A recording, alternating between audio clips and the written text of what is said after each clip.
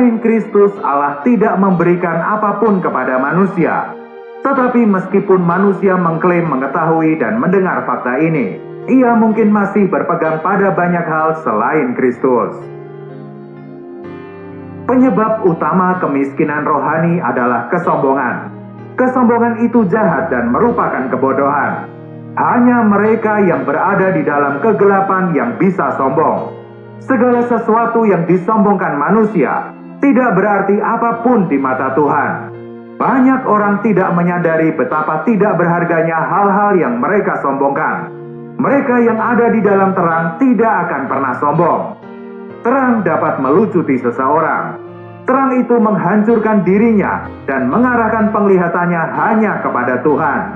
Jika kita belum pernah melihat Tuhan, pengalaman kita hanyalah peristiwa-peristiwa yang terisolasi. Hal itu tidak berharga di mata Tuhan.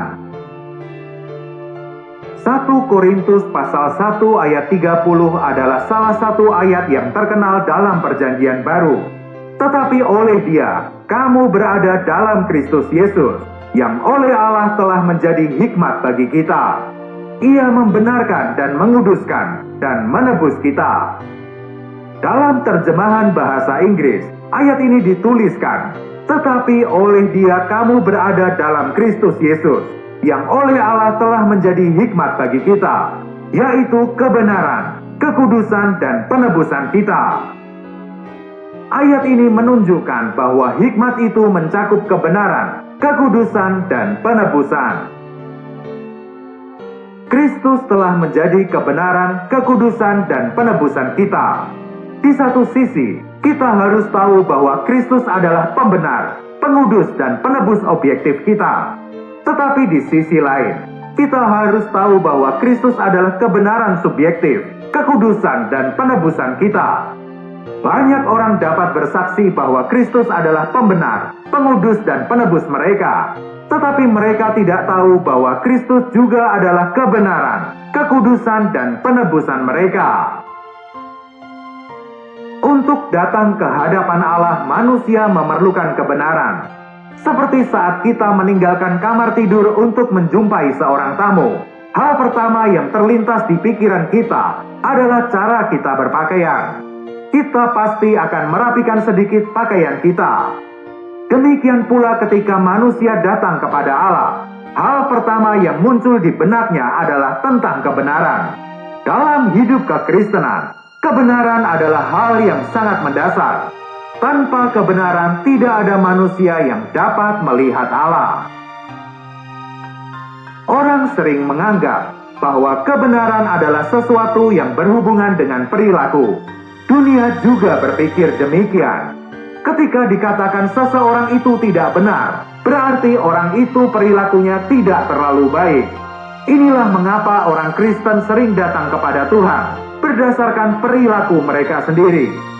Bila suatu hari perilaku mereka buruk, mereka kehilangan kesabaran atau terlibat dalam pertengkaran, mereka tidak berani berdoa saat datang ke persekutuan doa, atau mereka hanya bisa berdoa dengan suara yang lembut.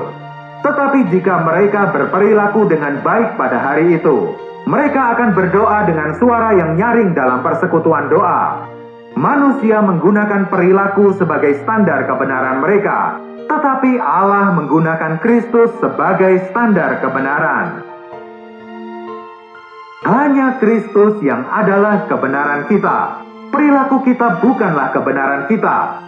Kebenaran kita adalah seorang pribadi, adalah Dia yang duduk di atas tahta. Kita dapat memperbaiki perilaku, tetapi hal itu tidak dapat dianggap sebagai kebenaran kita. Perilaku kita mungkin dapat berubah menjadi baik, tetapi hal ini tidak mengubah kebenaran kita, karena kebenaran kita adalah Dia yang tidak berubah, yang duduk di tahta. Hari ini kita datang kepada Allah melalui Dia. 10-20 tahun kemudian, kita masih akan datang kepada Allah melalui Dia. Dia tidak berubah. Wahyu ini akan sangat mengubah hidup kekristenan kita. Perilaku yang baik tidak dapat membenarkan kesombongan kita di hadapan Tuhan. Dan perilaku kita yang buruk tidak boleh menjadi keputusasaan kita di hadapan Tuhan. Hanya Kristus yang adalah kebenaran kita. Ini adalah hukum, sesuatu yang tidak akan pernah berubah. Orang lain mungkin mengkritik perilaku kita, tetapi tidak dapat mengkritik kebenaran kita. Kebenaran kita adalah Kristus. Ini adalah keselamatan yang terbesar. Sebelum orang Kristen menyadari bahwa Kristus adalah kebenarannya, dia tidak akan tahu apa itu keselamatan. Pembebasan hanya datang ketika kita memiliki wahyu yang benar. Di masa lalu, kita menerima Kristus menjadi juru selamat. Sekarang kita perlu menerima Kristus sebagai keselamatan kita. Ada banyak ajaran tentang kekudusan. Ajaran-ajaran itu menganggap kekudusan sebagai kebajikan moral, suatu tindakan atau kondisi batin. Mereka menganggap kekudusan sebagai suatu objek. Bila seseorang memiliki konsep seperti ini, dia tidak tahu artinya Kristus menjadi kekudusan kita. Beberapa orang berpikir bahwa pengudusan adalah Kristus datang kepada kita dan membantu kita menjadi kudus. Apa yang sebenarnya mereka katakan adalah bahwa mereka tidak kudus dan Kristus akan membantu mereka untuk menjadi kudus. Namun Kristus Yesus menjadi kekudusan Allah bagi kita. Kita tidak dikuduskan melalui diri kita sendiri ataupun dengan pertolongan Kristus.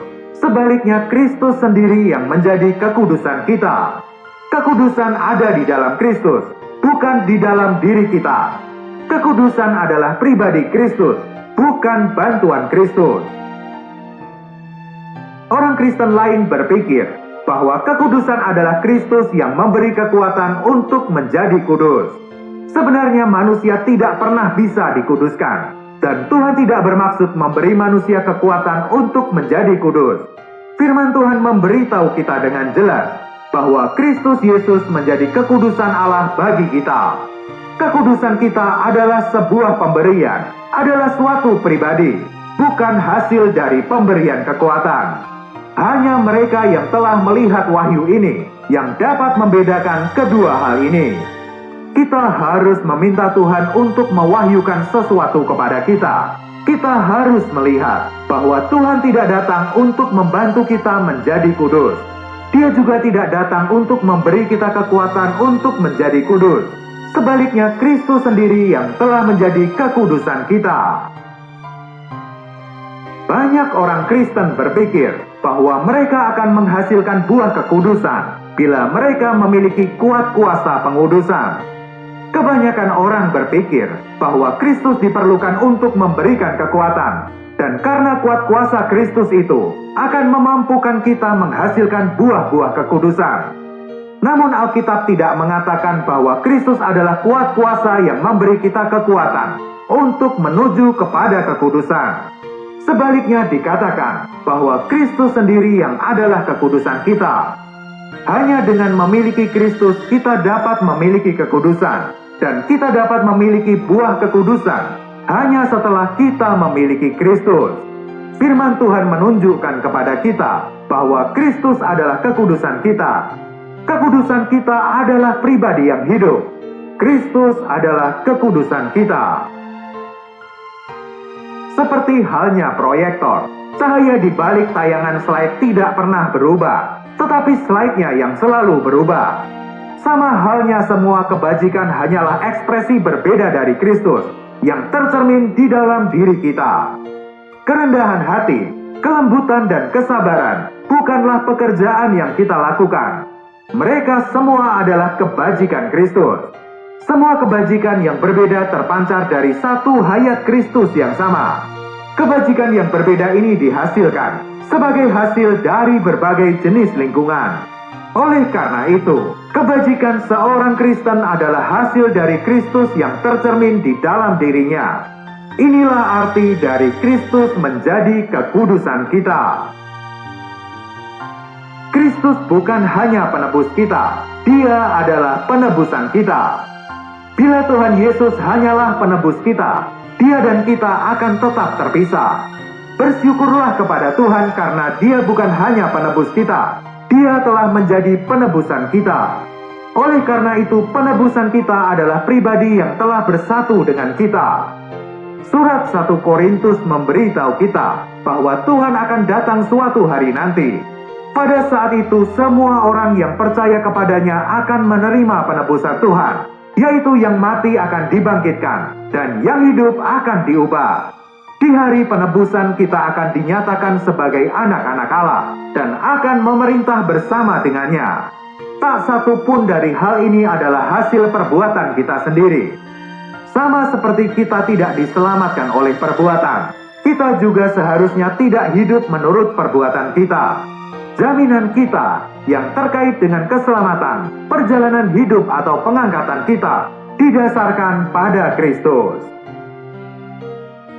Ketika orang Kristen mati, dia tidak dikuburkan melainkan ditaburkan. 1 Korintus 15 ayat 42-44 tidak berbicara tentang mengubur, melainkan tentang menabur. Apapun yang ditaburkan pada akhirnya akan tumbuh, tetapi apapun yang dikubur tidak akan tumbuh. Apa yang kita tabur akan tumbuh suatu hari nanti. Kristus ada di dalam kita, Dia juga ada di dalam tubuh kita. Kristus tidak terikat oleh kematian. Kematian tidak dapat menahannya.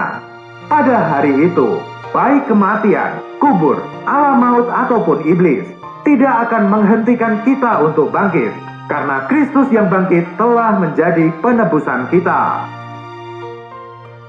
Untuk terangkat tidak memerlukan banyak usaha. Seorang Kristen diangkat karena dia memiliki Kristus di dalam dirinya. Kiranya Tuhan membuka mata kita untuk melihat bahwa tidak banyak hal atau objek di dalam kekristenan. Hanya ada Kristus. Kekristenan bukanlah agama perbuatan. Ini bukan masalah pekerjaan, melainkan masalah hayat. Langkah pertama keselamatan kita adalah kelahiran kembali. Langkah akhirnya adalah penebusan tubuh. Dari awal sampai akhir, semuanya berdasarkan pada Kristus yang adalah hayat kita. Kristus tidak hanya menjadi hal-hal lahiriah bagi kita. Dia datang ke dalam kita untuk menjadi hayat kita. Banyak orang mengatakan bahwa kasih adalah suatu hal, kelembutan adalah watak, dan kerendahan hati adalah suatu sikap. Tetapi kita harus melihat bahwa semua hal ini tidak tergantung dari apa yang kita lakukan, melainkan pada pengenalan kita tentang Kristus. Apa yang kita kenal tentang Kristus adalah hal yang benar-benar penting. Alkitab memberitahu kita bahwa Kristus adalah Sang Aku adalah. Kristus adalah semua hal yang kita perlukan. Dalam satu keadaan Dia adalah kasih, di keadaan yang lain Dia adalah kerendahan hati. Kasih dan kerendahan hati ini adalah suatu pribadi yang hidup. Kristus menjadi kasih dan kerendahan hati kita. Kita berharap semua orang Kristen memahami hal ini. Tuhan memberkati.